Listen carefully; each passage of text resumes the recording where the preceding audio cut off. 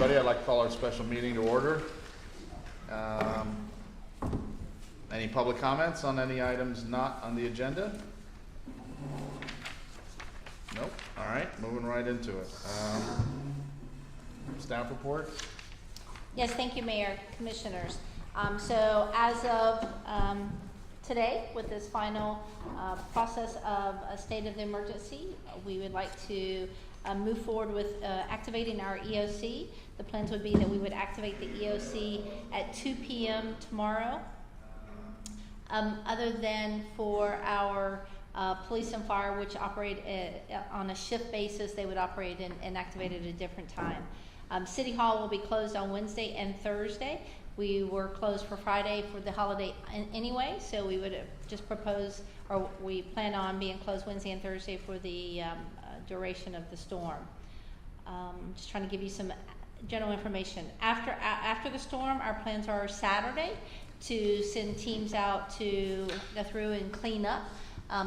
Friday would be is a possibility, but with the storm changing direction and moving up the coastline of Florida into Georgia, the anticipation is that may happen and create some challenge for us to even be out and about on Friday without taking risks. So right now we're planning on cleanup on Saturday, but we'll bring staff in on Friday if we need to.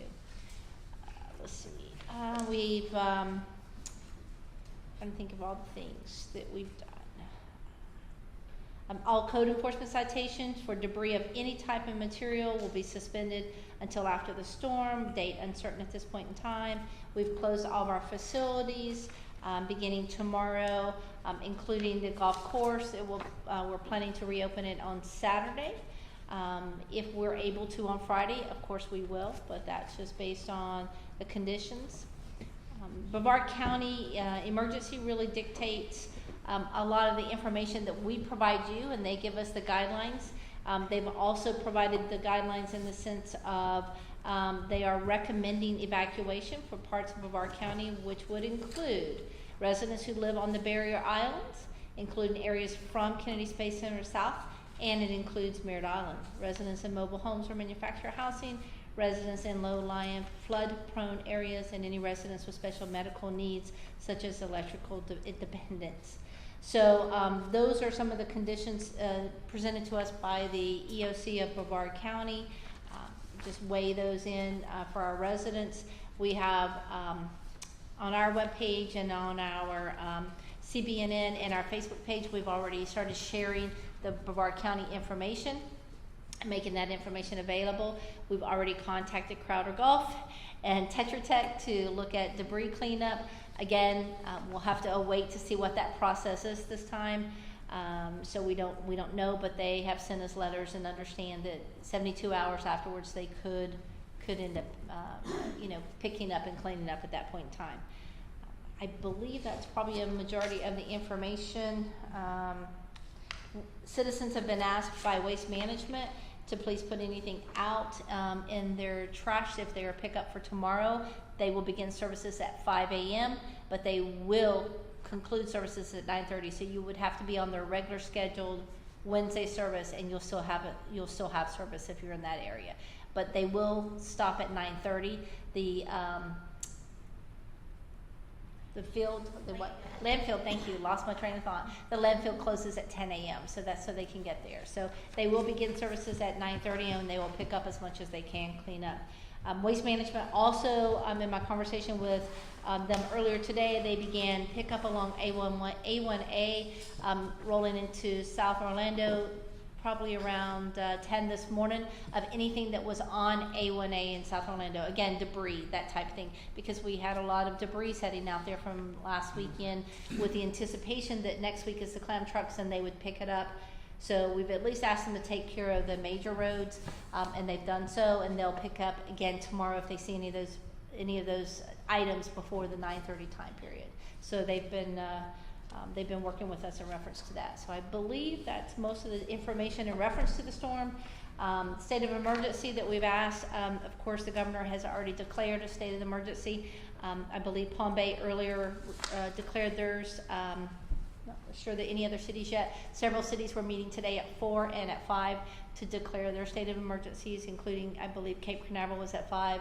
I want to say Satellite was maybe earlier at 4.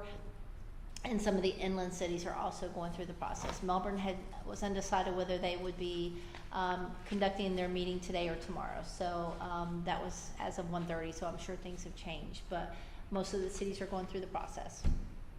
Question. Yes, sir. So you said, it's Veterans Day and city, normal city staff would be off.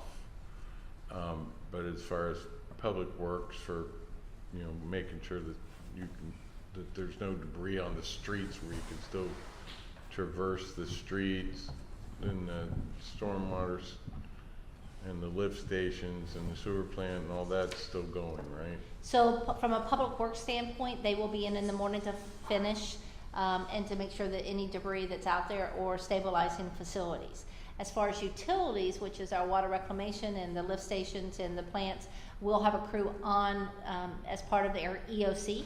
They'll actually be on staff and they'll actually be in our ride out at the Public Works facility, and they will be responding to anything on the lift stations or the plants up into the 40-mile-an-hour winds. At 40 Well, I mile, know we don't want to put them in harm's way, but I mean that when they can do something, we'll have people here to do. we'll have staff here for those things. Yes, sir. Okay, and then as far as the police will still be here, obviously.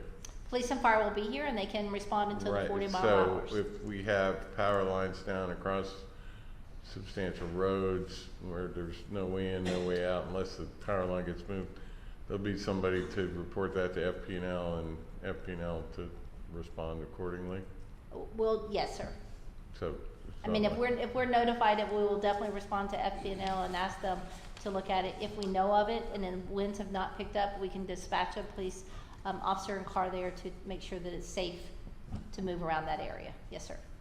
Okay, I just, we kind of made it sound like it was a holiday Friday, so nothing's gonna happen until Saturday. That's not true. That's not, no, it's just that staff will not actually actively go out Friday if there's still winds, and they would do that on Saturday, but we'll get out there as soon as we can. We just we don't know what the winds So will we'll be have like. people available on Friday to do That is whatever's correct. potentially possible. Yes, sir, that is correct. Thank you. I believe that's it, Commission, and if you happen to have any questions, I'm glad to answer them. Thank you. No, just to note that the public parking garage will be closed except for emergency vehicles, right? Yes, sir. Yes, sir. All right. Well, this thing came up real fast, so now's the time to do your preps. Tomorrow is gonna start to get bad real quick. So I need